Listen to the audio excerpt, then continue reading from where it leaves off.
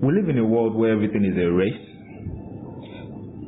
From the moment of our conception, of course, the sperm cells are racing down to the egg to see which one would actually get there first. And to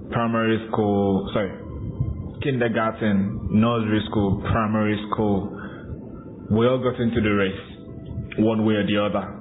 Either it's about who comes first or which of the siblings gets what. It's a mad competition, a rat race that is seemingly never ending. And because it's a race, because it's a competition, one of the hardest things for any of us to ever do is to stand still. My name is Lauli Bitoye, and today on Crit 516, we'll be talking about standing still. We all get to run, we all get to race, either towards something or from something. We're either chasing a career, pursuing a goal, aiming at one target or the other. And it's very difficult for us to actually stand still. How much more our environment tells us if you stand, you're going backwards because everybody's moving forward. So the moment you stand still, you're already regressing. And then the inspirational and motivational speakers will say that if you're not moving, you're not getting anywhere, and they'll give you all the lines and rhymes all together. But I think we overlook the fact that there are times in our lives when we actually need to stop, when we need to stand still, take a pause, and actually weigh our options, consider. Even more so is the fact that sometimes our definition of what progress is stunted. Sometimes progress can be you standing still, you actually stopping, not moving, not doing anything. Yeah, okay, I know. Sounds a bit on the contrary to what we're used to. But maybe we should look at it this way. You probably live in a city and everyone is always rushing somewhere. Everyone is trying to get to a destination and we just want to get there on time. We all want to be on time. But the question is, who is actually measuring the time? We want to finish the course on time. We want to get the degree on time. We want to get married on time. We want to build a house on time, buy the car on time. And the on-time syndrome seems to be the catalyst, the fuel factor for almost a lot of things that go wrong around, largely because no one wants to actually take a pause. No one wants to stop. No one wants to take a chill pill. Let's look at it this way. Personally, I remember at some point in my life, of course, work was going good, was done with school, finances were okay, and I had my own apartment, and it was all going good, but then came the ups and the downs, right? And things went down the hill. And I was confused in a whole lot of ways, like business was to a ground halt, clients were AWOL, finances zero. Like I had no clue what to do with myself. I had no idea what was going to happen next. And because of that, the more I tried to struggle, the more I tried to fix it, the more I tried to get it all done, I kept thinking the more.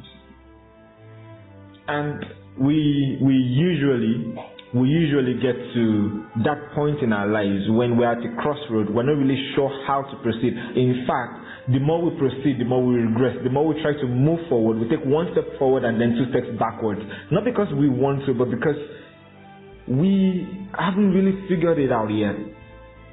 Because to us, moving forward means you must always be on the move, you must always be doing something, you must always get your hands busy. And if you're like me, you must have actually experienced that part, that time in our lives when you're actually busy doing so many things, but no results. You don't feel productive even though you're so busy. And that happens.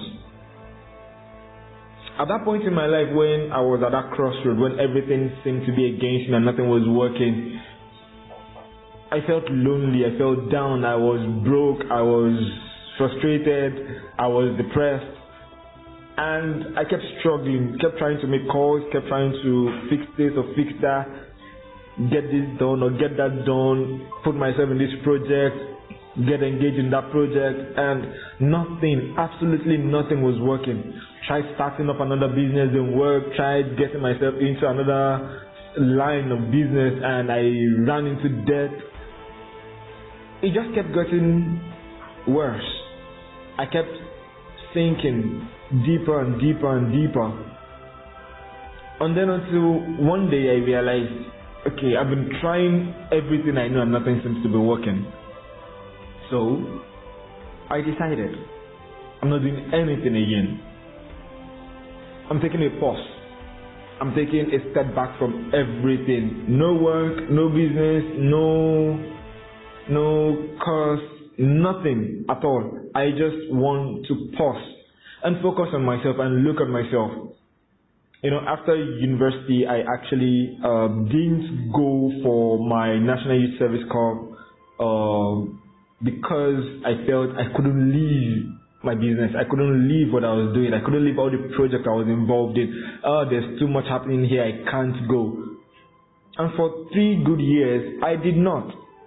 I told myself I was too busy. I can't let go.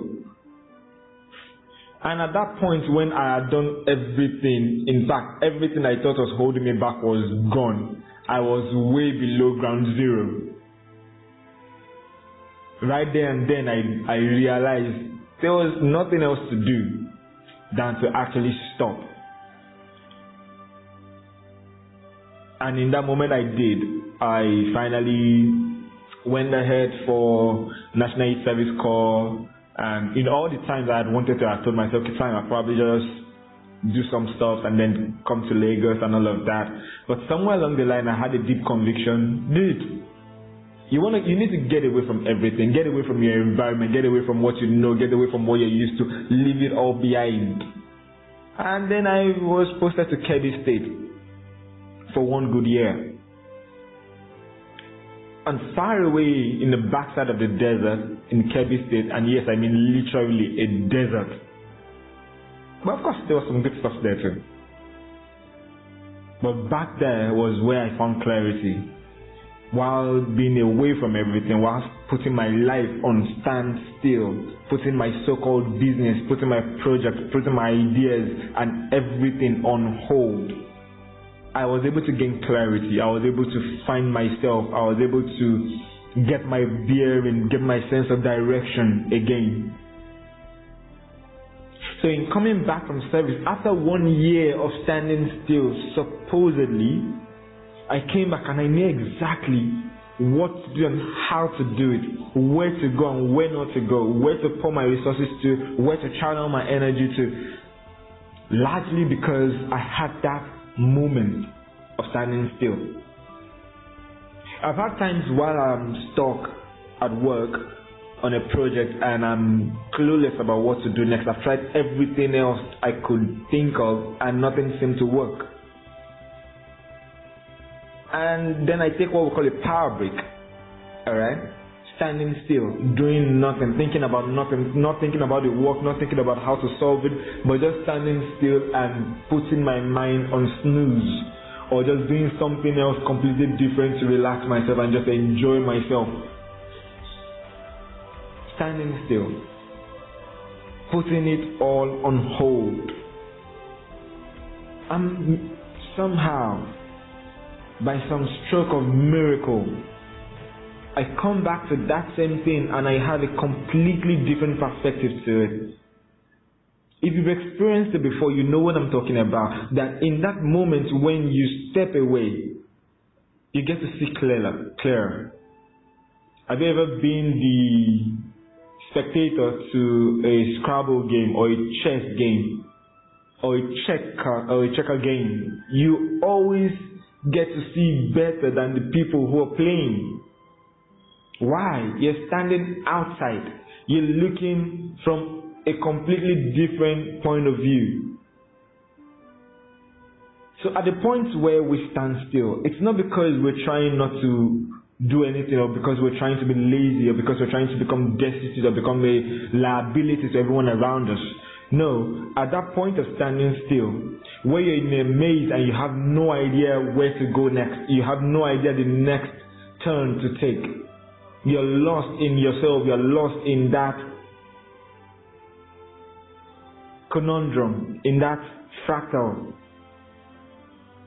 At that point is where you need to stand still and get an elevated point of view. Stand outside of yourself. Think about something else. If it's that project that is making you feel stuck, step away from it. Yeah, you're on a deadline, but step away from it.